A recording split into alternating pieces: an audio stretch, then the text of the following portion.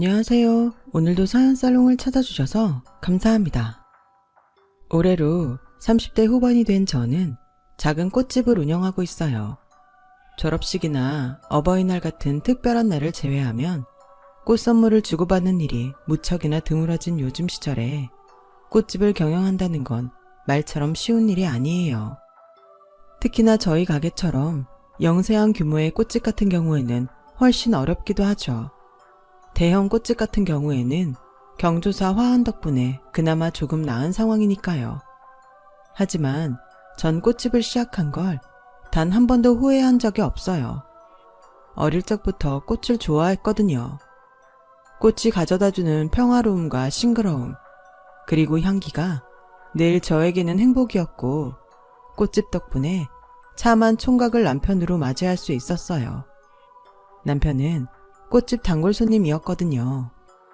비록 금전적으로 풍족한 삶은 아닐지언정 제철 맞은 꽃들처럼 싱그러운 행복이 가득했던 제 생애에도 우여곡절은 있었어요.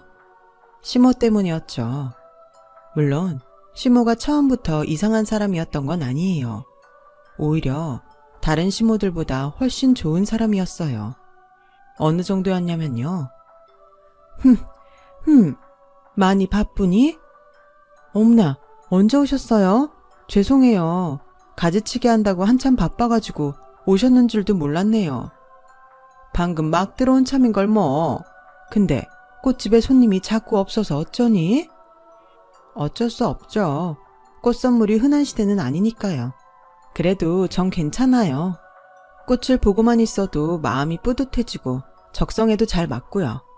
무엇보다 남편이 제가 꽃집에 있는 모습에 푹 빠졌다잖아요. 그럼 됐고, 너희가 좋으면 시애미도 무조건 다 좋은 거야. 내 맘 알지? 잘 알죠. 그래서 늘 감사한 마음이고요. 점심은? 아직 식사 전이지? 그러게요. 아마 어머님이랑 식사 같이 하려고 아직까지 안 먹었던 모양이에요. 뭐 잡수고 싶은 거라도 있으세요? 오늘은 나 말고 너 먹고 싶은 걸 먹어야 하는 날 아니니? 에이, 언제는 어머님 잡수고 싶은 거 먹었나요? 맨날 제 취향에 맞춰주셨죠. 근데 오늘이 무슨 날이에요? 거봐라, 내 이럴 줄 알고 미리 준비해 왔단다. 그 말에 제가 고개를 갸웃하기 무섭게 시모가 등 뒤에 감추고 있던 보따리를 짜잔 놀래키듯 꺼내 보였어요. 제가 좋아하는 음식들로만 순식간에 한 상 가득 차려진 도시락 선물이었죠. 어찌나 정성 들인 음식들인지 차마 손대기가 민망할 지경이었죠. 그 중에서도 제 나이만큼 촛불이 꽂혀있는 시루떡 한 접시에 유독 가슴에 와닿았어요. 어머님, 달력을 보니까 오늘이 우리 며느라기 생일날이더라. 행여나 너부터 까먹고 있지는 않을까 싶어서 새벽부터 일찍 장 봐서 준비했어. 와, 우리 어머님 최고다 진짜. 제 생일까지 다 기억하셨던 거예요? 생일을 음력으로 챙겨서 매년 날짜가 바뀌는 통에 저랑 남편도 헷갈려 하는데도요. 마음이 가면 자꾸 생각이 나는 법이야. 더 잘해지고 싶은 법이야. 그러니 제 아무리 매년 바뀌는 생일 날짜인들 머릿속에 콕 박히지 않고 배기겠어. 저조차 잊고 있던 생일상을 심지어 시모에게 받는 기쁨이란 저도 모르는 사이에 눈시울이 붉어지더라고요. 하늘에 감사 올리기에도 부족한 좋은 날에 청승은 얼른 촛불 불어. 다른 음식들은 몰라도 케이크는 내 손으로 만들 수가 없어서 시루떡으로 대신해 봤단다. 감사합니다 어머님. 우리 같이 촛불 불면서 소원 빌어요. 전 어머님 건강하시라고 빌게요. 그럼 난 우리 며느라기 앞길에 꽃길만 가득하라고 빌어야겠다. 마침 꽃집이잖니. 이처럼 시모는 인자하고 자애롭고 속 깊고 사랑 많고 기타 등등 좋은 말을 모두 가져다 붙여도 모자랄 만큼 괜찮은 사람이었어요. 문제는 그놈의 돈이 시모의 마음을 흔들어 버렸다는 데 있었죠. 불화의 시작은 남편에게는 세상 단 하나 있는 형이자 저에게는 아주버님이 늦깎이 결혼을 하게 되면서부터 비롯되었어요. 아주버님은 조망만한 매장에서 영세한 자동차 부품 사업을 하고 있었는데요. 언제 망할지 위태롭기만 하던 그 사업이 이대로 망하느니 뭐라도 해보자 라는 심정으로 개척했던 인터넷 쪽 판로가 천운을 맞아 길이 확 트이면서 제법 사업가 소리 들을 만큼 성장했어요. 덕분에 아주버님은 큰 부잣집의 딸을 만나 늦은 결혼을 하게 되었던 거고요. 사실 시모는 처음엔 아주버님의 결혼에 대해 걱정이 참 많은 눈치였어요. 아무리 사업이 제법 컸다고는 하지만 형님의 집안과 저희 시댁 사이에는 부정할 수 없는 경제적 격차가 있었거든요. 심지어 컸으면 컸지 작은 격차도 아니었어요. 그런 시모의 걱정을 단번에 날려버리고 마음마저 빼앗아버린 건 아이러니하게도 돈이었어요.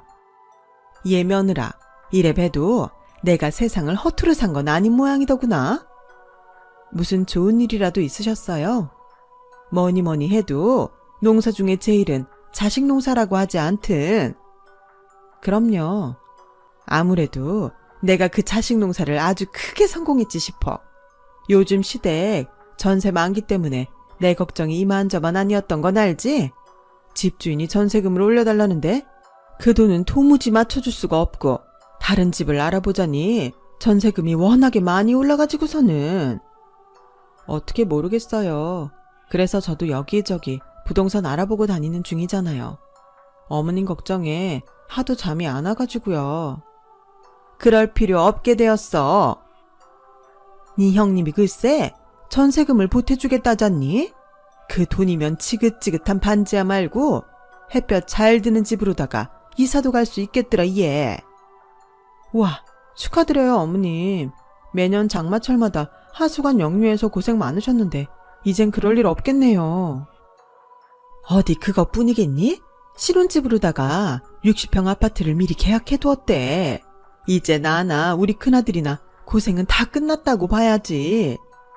잘 됐네요 진짜. 진심으로다가요. 꽃길은 제가 아니라 어머님이 먼저 걸으시겠는걸요? 무렴. 그래서 말인데 아가. 알지? 결혼을 늦게 했다 손 쳐도 손윗사람은 손윗사람이고 형님은 형님인 법이야. 깍듯하게 잘 모셔야 한다. 그때 전 시모의 그 말을 형님 동서 사이에 우애 깊게 잘 지내야 한다는 소리로만 받아들였어요. 그게 상식적인 상황일 테니까요. 하지만 전 오래지 않아 깨닫고야 말았어요. 형님이 들고 온 돈다발에 홀려버린 시모의 마음속에 가난한 며느리인 저와의 차별이 싹트기 시작했다는 것을요. 차별을 처음 느끼게 된 날은 아주버님과 형님의 결혼식을 1시간여 앞둔 바로 그날이었어요.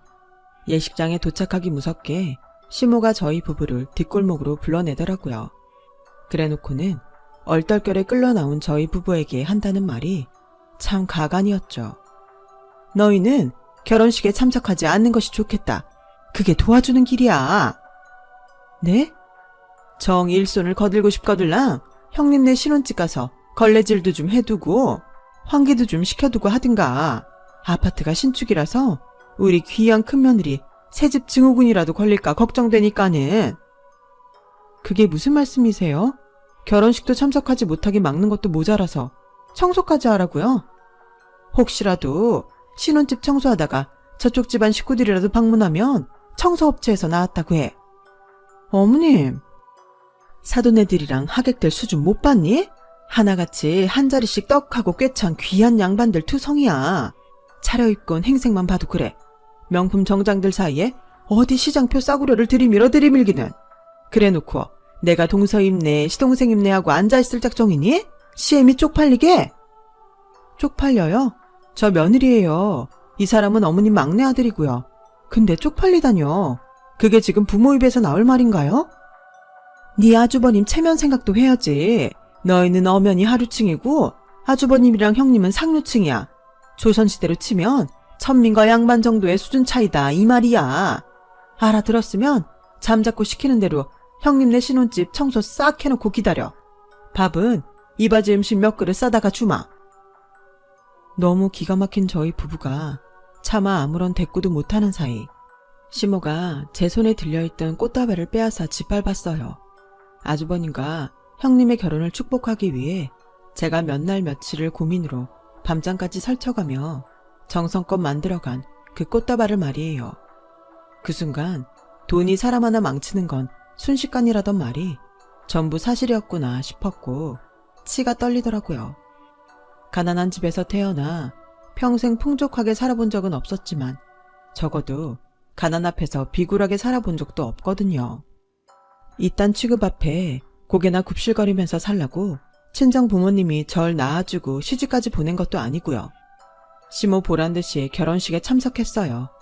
본식 전에 손님들 맞이하는 일부터 패배까지 모두 참석해서 제가 손아래 동서이고 이 사람이 시동생 되는 사람입니다. 전부 다 했어요. 웃긴 건요. 가난한 저희 부부의 처지와 행색을 누구 하나 흠잡지 않았다는 거예요. 오히려 저희 부부를 요즘 보기 드물게 정중하고 예의 바른 청년이라는 칭찬들이 쏟아졌다니까요. 불그락 푸르락 얼굴이 구겨진 건 오직 시모뿐이었고요.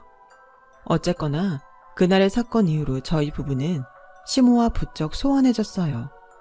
이미 각오한 일이었죠. 가난하다는 이유로 고개 숙여가면서까지 살 이유는 없었으니까요. 그러거나 말거나 시모는 수시로 꽃집을 찾아왔어요. 사과를 하기 위해서였냐고요? 절대 그럴 리가 없죠. 한번 돈에 홀려버린 사람이 반성하기가 어디 쉽나요? 시모가 찾아온 건 돈 많은 형님과 저를 비교질이나 하면서 괜히 유세나 떨어대기 위해서였어요. 다다음 달에 내 생일인 건 알지? 그런데요, 우리 귀한 맏며느리께서는 생일 선물로다가 명품 가방 하나를 해준다더라. 어쩌면 그 가방에 현금 봉투 하나 떡하니 넣어서 가져다 줄지도 모르고. 망상이 좀 가하시네요. 헛된 망상은 화를 부르는 법이고요. 어떻게 돼 내가 없이 사는 주제에 못하는 얘기가 없니? 현실을 인정하고 고분고분 고개를 숙여도 시원찮을 판에? 가난하다는 이유로 기죽어 살 이유도 없고 그래서도 안 되는 일이니까요. 자랑 다 하셨음 이제 그만 나가주시죠. 여기 영업장인데. 꼬장꼬장 하기는 갈 때 가더라도 어디 네 계획이나 들어보고 가자꾸나. 요번 내 생일에 뭘 선물 주련? 명품 가방 정도는 아니어도 제주도 여행권 정도는 해놓아야 하지 않겠니? 가는 말이 고와야 오는 말도 곱다는 말이 있죠. 제주도 여행권? 그렇게 싸고 도시는 형님한테 바라시든가요. 10손가락 깨물어 안 아픈 손가락 없다는 말도 있다. 근데 그 말 다 뻥이더구나. 니들은 아무리 깨물어봤자 하나도 아프지 않은 손가락이야. 그니까 시애미 앞에서 태도 똑바로 하고 살아. 곱게 가실래요? 아님 동네방네 시끄럽게 창피한 꼴 당하면서 쫓겨나실래요? 간다 가. 어떻게 돼 내가 고분고분한 맛이 하나도 없어. 이후로 비슷한 일이 몇 차례 반복되었고 시모의 차별은 갈수록 노골적이 되어갔어요. 그때마다 제가 시모와 마주할 수밖에 없었던 이유는 시모가 찾아온 장소가 매번 꽃집, 그러니까 생계가 달려있는 영업장이기 때문이었어요. 만약 집이었다면 문을 걸어 잠그고 열어주지 않기만 하면 아주 쉽게 쫓아낼 수 있는 일이었겠지만 시모 하나 때문에 꽃집의 문을 닫아놓을 수는 없었거든요. 뭐 그래도 후회는 없어요. 시모 앞에 한치도 물러서지 않았으니까요. 그나마 불행 중에 다행이라고 할까요? 그 무렵 제 꽃집에는 새 단골 손님이 한 분 생겼어요. 어느 날부터인가 저희 동네를 돌아다니기 시작한 폐지 줍는 독거노인 할머니였죠. 전 리어카를 힘겹게 끄는 할머니의 모습에서 어릴 적 행상을 다니며 번 돈으로 제게 용돈을 쥐어주셨던 친할머니가 떠올랐어요. 그래서 뭐라도 하나 해드리고 싶은데 아무리 생각해봐도 뾰족한 무언가가 떠오르질 않지 뭐예요. 고민하던 저는 마침내 폐지 줍는 할머니에게 꽃을 선물하기로 했어요. 잠깐 용돈을 쥐어드릴까 하는 생각도 해봤었는데요. 그건 아무래도 할머니를 욕보이는 일밖에는 안 되겠더라고요. 그렇게 저는 할머니가 꽃집 앞을 지나가실 때마다 정성껏 준비한 꽃 한 송이를 선물하기 시작했어요. 말로는 부담스럽다고 하시면서도 매번 화사한 미소를 꽃 피우는 할머니의 모습에 제 가슴이 어찌나 뿌듯하던지. 그래요. 그게 바로 제가 꽃집을 시작하면서 꿈꾸던 삶의 모습이었어요. 꽃이라는 게 원래가 마음을 선물하고 행복을 나누는 의미가 있잖아요. 전 그걸 세상과 나누고 싶었던 거고요. 그런 제 마음을 할머니께서도 아셨는지 하루는 요크루트 2개를 제게 건네시더라고요. 그 고운 마음씨에 눈물이 핑 돌았죠. 꽃 선물은 내가 집에서 정성껏 기르고 있어. 온 집안이 화사해진 덕분에 10년은 젊어진 기분이야. 그래서 뭐라도 보답하고 싶은데 지금은 이것밖에는 없네. 뭘요? 오히려 보답은 제가 해야죠. 할머니한테 꽃 선물하는 하루가 얼마나 보람찬데요. 젊은 처자가 어찌 말도 꽃처럼 이쁘게 할꼬? 마음만 감사하게 받을게요. 칭찬만 고맙게 받을게요. 그러니까 요크루트는 할머니 드셔요. 하루 꼬박 폐지 모아다 판 돈 3,000원으로 욕이나 챙길 겸 사드시는 거잖아요. 그걸 제가 어떻게 받나요? 마음의 선물이야. 처자가 꽃 선물로 고된 내 하루를 활짝 피게 만들어준 것처럼 나도 처자한테 작은 위로나마 건네고 싶어서. 네? 오다 가다 한 번씩 보이더라고. 처자 얼굴에 수심이 드리워진 모습이. 무슨 내막인지는 잘 모르겠지만 이거 먹고 힘내라고. 세상은 아직 살만하다는 걸 알아줬으면 더 좋겠고. 그럼 우리 건배할까요? 그날 할머니와 저는 요크루트 1개씩을 나누어 먹으며 깊은 우정을 나누었어요. 어르신과 우정을 나누었다는 말이 누군가에겐 어색하게 들릴지는 모르겠지만 우정이라는 말은 성별과 나이를 모두 뛰어넘는 개념이니까요. 그런 할머니와의 우정 덕분에 심호로 인해 피폐해져 가던 마음을 다 추슬렀나 싶었는데 말이죠. 시모가 덜컥 또 한 번의 사고를 치고야 말았어요. 그날은 시모의 생일날이었죠. 당시 저희 부부는 생일에 참석하지 않을 예정이었어요. 시모와의 관계가 불편했거니와 아무리 저희가 자식 노릇을 하려고 해도 자식 취급도 제대로 해주질 않는데 굳이 뭐하러요. 가봤자 뻔하죠. 또 그놈의 노골적인 차별. 하지만 형님이 며칠을 전화도 걸고 때로는 꽃집도 찾아와 가면서 간곡히 부탁을 하더라고요. 결혼 후 처음 맞이하는 집안 행사는 꼭 양가의 식구들을 모두 모셔놓고 치르고 싶다면서요. 그제야 곰곰이 다시 돌아본 형님은 참 좋은 분이더라고요. 결혼식 날에도 그렇고 이후로 저희를 마주할 때도 그렇고 참 올바른 부자 느낌이랄까요. 있는 티 한 번을 내지 않으면서도 저희 부부를 꼬박꼬박 존중해 주었으니까요. 그래요. 사실 차별과 잘못은 시모 혼자서 다 했을 뿐이었죠. 그래서 저희 부부는 시모의 생신에 참석하기로 했어요. 이유는 오직 단 하나. 아무 잘못 없고 저희에게 참 잘해주었던 형님의 체면을 살려주기 위해서. 그런데 이놈의 시모가 생일 장소가 고급 일식집에서 시댁으로 바뀌었다며 시댁으로 오라고 하더라고요. 마침 형님은 운전 중이라 통화가 어려운 상황이었고 결국 저희는 긴가민가 하는 마음을 품은 채로 시댁으로 향했어요. 아니나 다를까 시모 혼자 외출 준비를 마친 채로 저희를 기다리고 있더라고요. 이게 무슨 상황인가요? 설명을 좀 해보시죠. 벌써 눈치 빤하게 채고 있으면서 굳이 뭘 묻고 그러니?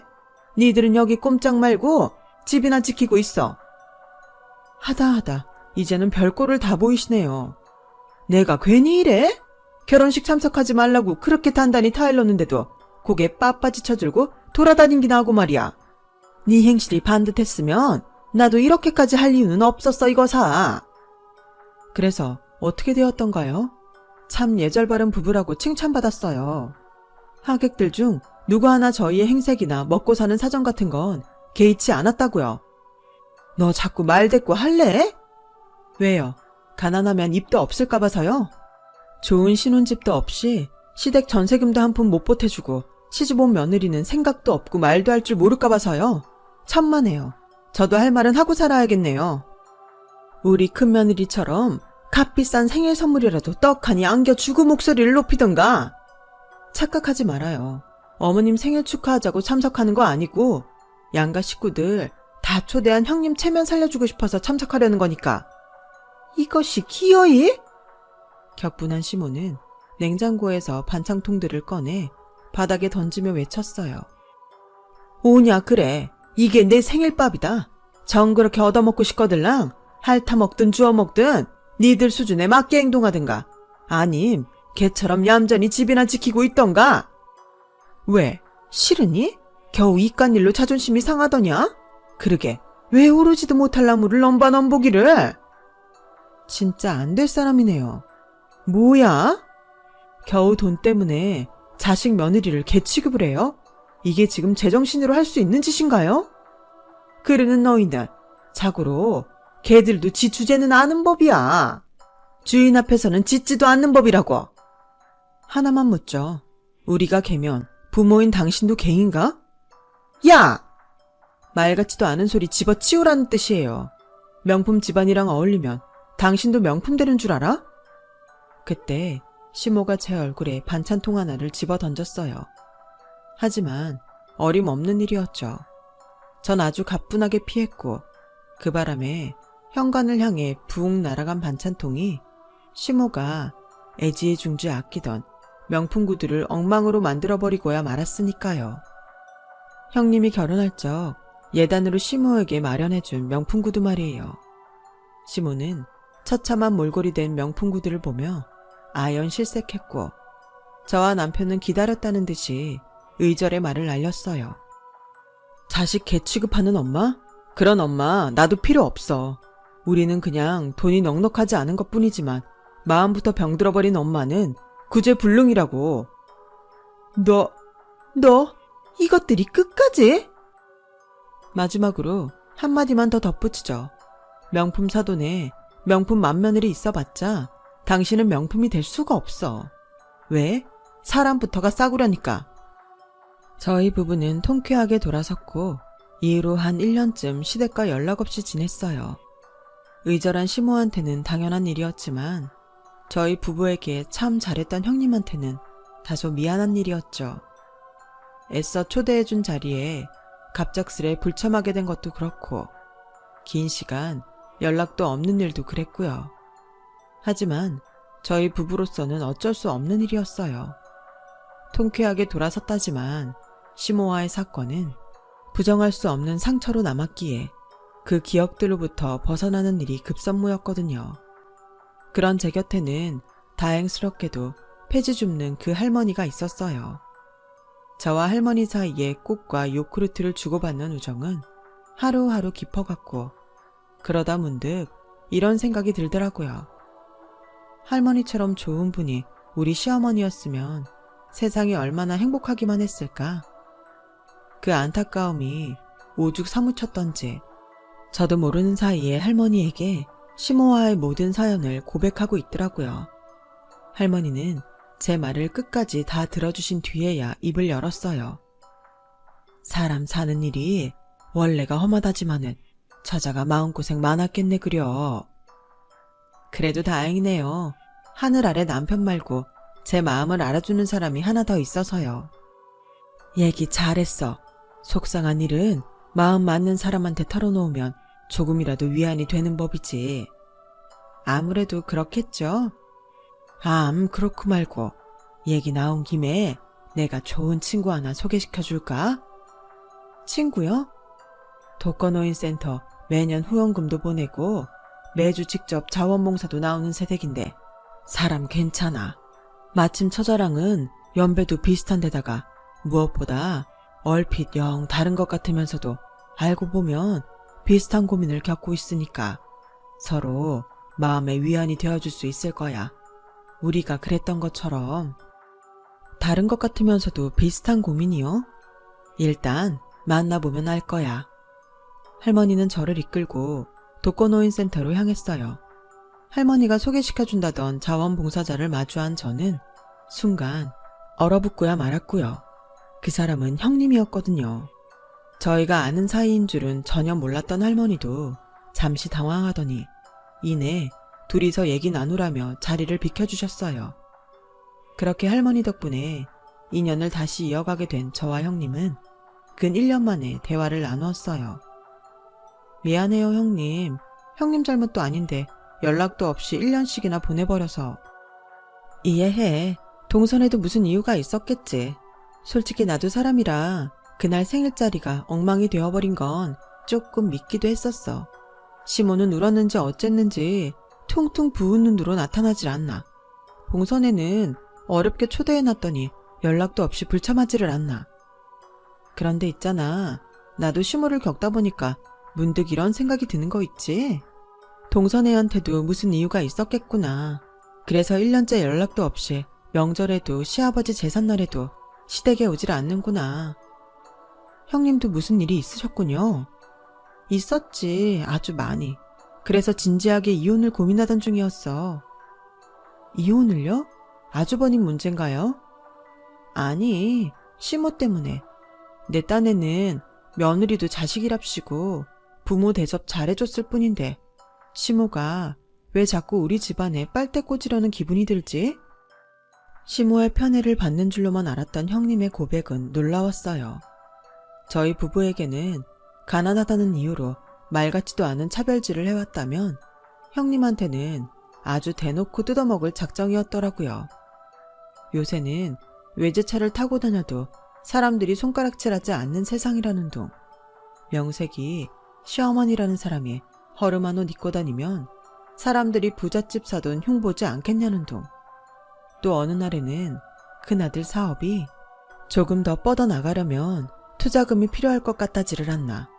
입만 열면 이거 해달라 저거 해달라. 넌지시 지나가는 얘기인 척 했을 뿐이라지만 듣는 형님의 입장에서는 그게 어디 지나가는 얘기였겠냐고요. 난 할 말 다 했으니 알아서 다 해놓으라는 소리였죠. 그러는 사이 아주버님은 뭘 했냐고요? 옳고 그름을 판단할 줄 아는 제 남편과는 다르게 아주버님은 시모 판박이더라고요. 곧 죽어도 엄마 편. 형님이 아무리 고충을 털어놓아도 우리 엄마는 그럴 사람 아니다. 상황이 이러니 형님이 이혼을 진지하게 고민할 수밖에요. 전 그런 형님을 돕고 싶었고요. 제 입장에서는 이혼을 해라 마라 그럴 순 없어요. 어디까지나 형님의 삶이고 형님 스스로가 선택해야 하는 문제니까요. 대신 꼭 이혼을 해야겠다면 도움을 드릴 순 있어요. 도움이라면 뻔하잖아요. 시모 그 인간이 하는 짓거리 보면 어떻게든 형님한테 책임 뒤집어 씌워서 위자료 한 푼이라도 더 뜯어내려고 눈 뒤집혀서 난리칠 거. 물론 법대로 끝까지 가자면야 형님이 질 일은 절대로 없겠지만 시모한테 시달리는 것 자체가 삶이 피폐해지는 일이거든요. 그 꼴 안 겪으려면 본때 단단히 보여서 초장부터 잘라내는 수밖에는 없지 싶고요. 시모 절대 만만한 사람 아니라는 건 제가 직접 겪어봤잖아요. 고부 갈등 선배. 근데 어쩌지? 나 미리 만들어둔 증거 같은 건 하나도 없는데. 이렇게 하죠. 바로 이튿날 형님은 저와의 계획대로 시모에게 문자를 보냈어요. 어머님이 바라셨던 것 전부 다 보낼 테니 시댁에서 기다리고 있으라는 문자였어요. 잠시 후 미소 가득한 얼굴로 거실을 서성이던 시모가 마주한 건 줄줄이 선물 박스 등을 대동하고 나타난 저였죠. 네가 어쩐 일이라디? 선물 보낸다던 마지는 어디 가고? 형님은 중요한 일이 있어서요. 그래? 어쨌든 네 뒤에 있는 박스들 그거 전부 다 내 선물 맞지? 아무래도 그런 모양이죠. 어머님이 형님한테 바라셨던 것들이라고 했으니까요. 알겠으니 그만 돌아가 보거라. 고맙다는 인사는 마지한테 내 직접 전할 테니. 그럴 순 없죠. 제가 오늘은 꽃 배달이 아니라 선물 배달 알바를 하고 있는 참이어서요. 품목 하나하나 확인하고 어머님이 형님한테 바라셨다던 내용물이 맞는지 서명을 받아가야겠는데요. 꼴에 깐깐하기는. 뭐 어떻게 해주면 되는데? 먼저 이거요. 구두박스. 어머님이 그렇게 입만 열었다 하면 노래를 불러댔다던 샤넬 구두. 박스를 건네며 서명을 받은 저는 시모가 미처 내용문을 확인도 하기 전에 다음 선물을 건네고 또 서명을 받기를 반복했어요. 각종 명품들의 귀금속. 지금 생각해봐도 참 탐욕스럽게 짝이 없었죠. 아무튼 그러는 사이 시모의 곁에는 뜯지도 못한 선물 박스들이 한가득 쌓였고 모든 박스들을 건넨 저는 마지막 선물을 건네며 말했어요. 마지막으로 이거 서류 봉투는요. 어머님이 해놓으라고 하셨던 외제차 등록증하고 아주버님 사업 투자금 관련 서류요. 똑같이 서명하시고 가져가세요. 그런데 냉큼 서명하고 서류 봉투를 뜯어본 시모의 얼굴이 잿빛으로 물들었어요. 외제차 등록증과 사업 투자 관련 서류가 아니라 형님이 보낸 이혼 서류였거든요. 그제서야 무언가 단단히 잘못되었음을 깨달은 시모는 선물 박스들을 마구 찢어 발기기 시작했어요. 그 결과는 시모 입장에서야 무척이나 참혹했죠. 박스들마다 선물은 고사하고 선물의 무게만큼 딱 맞추어 채워놓은 모래주머니랑 벽돌들만 가득했거든요. 너 이게 무슨 짓이니? 하다 이제는 차만 맞이까지 꼬드겨서 시애미를 가지고 놀아. 이혼 서류 보셨으면 아시잖아요. 전부 형님이 보냈다는 거. 이혼까지 포함해서 다 네가 부추긴 거겠지. 뭘 부추겨요. 당신이 빈대 부치러 든다는 거 형님이 누구보다 제일 잘 알고 있던데. 그러게 알아서 잘 모실 때 고운 마음에서 그쳤어야죠. 생사람 잡지 마. 난 마지한테 먼저 바란 적 없다. 하늘에 맹세코 떳떳해. 이제 와서 내숭은 제 앞에서까지 그 답답한 가면을 꼭 쓰고 있어야겠어요. 당신 추악한 모습을 내가 다 아는데. 그래 이거사. 이래봬도 내가 시어머니인데 이깟 것들 좀 바래끼로 손이 누가 욕이라도 한다든? 세상 그렇게 만만한 줄 알아? 심하네요. 참 좋은 분이셨는데 어쩌다 여기까지 망가져버린 건지. 네가 가난의 서름을 알아? 좋은 며느리감 두고 니처럼 부모 처지가 부끄러워서 결혼 허락을 망설이는 기분을 알기나 해? 가난이 뭔지는 잘 알죠. 친정이나 이 집이나 고만고만하게 사는 처지라. 근데 이것도 알아요. 아무리 가난한 사람이더라도 정신머리 제대로 박혔으면 며느리랑 사돈 뜯어먹은 덕으로 팔자 고칠 생각은 안 한다는 거. 사돈 덕으로 팔자 좀 고치면 어때서? 나라고 평생 가난쟁이로 살라는 법 있어? 어차피 사돈네야 돈이 썩어나는 집인데 나한테 좀 쓴다고 해서 꽉 찬 곳간이 비기라도 한다더냐? 내가 얘기했죠. 명품 사돈에 명품 며느리 있어봤자 뭘 하겠냐고요. 그래봤자 사람이 싸구려인데. 뭐? 싸구려? 싸구려? 오냐? 두고 보자. 까짓거 큰아들 이혼시키는 한이 있더라도 내가 위자료는 단단히 뜯어먹어 주마. 그 돈으로 큰아들 사업 제대로 키워내서 떵떵거리는 모습으로 니들 앞에 꼭 다시 나타날 거야. 말씀 다 하셨나요? 다 했으면 어쩔래? 나중에 나 부자 된 다음에 머리 조아리면서 울고불고 애원을 해도 유산은커녕 국물도 없어 이년아. 글쎄요. 위자료는 어렵게 된 건 물론이고 까딱하다는 그쪽이 위자료 단단히 물어내게 생겼는데요. 증거 있어? 없으면서 누구한테 협박질이야. 법대로 해.